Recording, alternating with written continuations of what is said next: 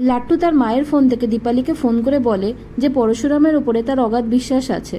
সব বিপদ থেকে তাদেরকে রক্ষা করবে পরশুরাম, যাতে তারা নির্ঝঞ্ঝাটে স্কুলে গিয়ে আবারও পড়াশোনা করতে পারে।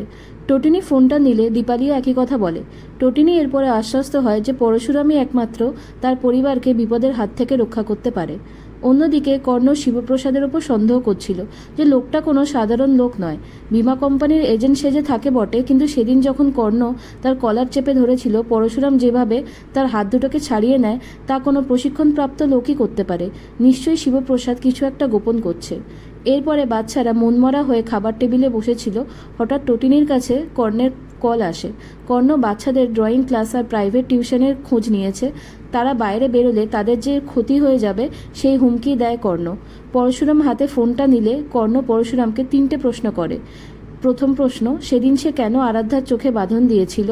দ্বিতীয় প্রশ্ন, যে প্রশিক্ষণপ্রাপ্ত লোকের মতো কিভাবে কর্ণের হাতের মুঠো পরশুরাম ছাড়িয়ে নিতে পেরেছিল। আর তৃতীয় প্রশ্ন, যে সে কোথায় কাজ করে। পরশুরাম এসবের কোনো উত্তর দেয় না, আর সে আবারও নিজের পরিচয় সাধারণ বীমা কোম্পানির এজেন্ট বলেই দেয়। কর্ণ তারপরে পরশুরামের উপর 24 ঘন্টা নজর রাখার জন্য একজন লোককে ফিট করে। টটিনির মধ্যে প্রতিশোধের আগুন জ্বলে ওঠে কর্ণ চ্যাটার্জির ওপরে, কারণ বাচ্চাদের ক্ষতি সে হতে দেবে না। এরপরে পরশুরাম বলরামকে কল করে বলে যে কর্ণ যথেষ্ট বুদ্ধিমান লোক, সে শিবপ্রসাদের ওপরে সন্দেহ করছে আর নিশ্চয়ই লোক লাগাবে তার পেছনে। সুতরাং তুই যদি কাউকে আমায় ফলো করতে দেখিস তাহলে তাকে ডিপার্টমেন্টে তুলে এনে ভালো করে ডোজ দিয়ে দিস। এরপরে বাচ্চারা পরশুরামের জন্য খাবার সাজিয়ে দেয় আর বলে, আমাদের পড়াশোনা যদি বন্ধ হয়ে যায় তাহলে আমরা কাঁদবো না, মাসের শেষে যা রান্না হবে তাই খেয়ে নেব, তুমি শুধু কষ্ট পেও না।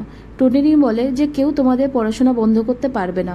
পরশুরাম বাচ্চাদের বলে, আমি থাকতে আমার সন্তানদের কোনো ক্ষতি হতে দেব না।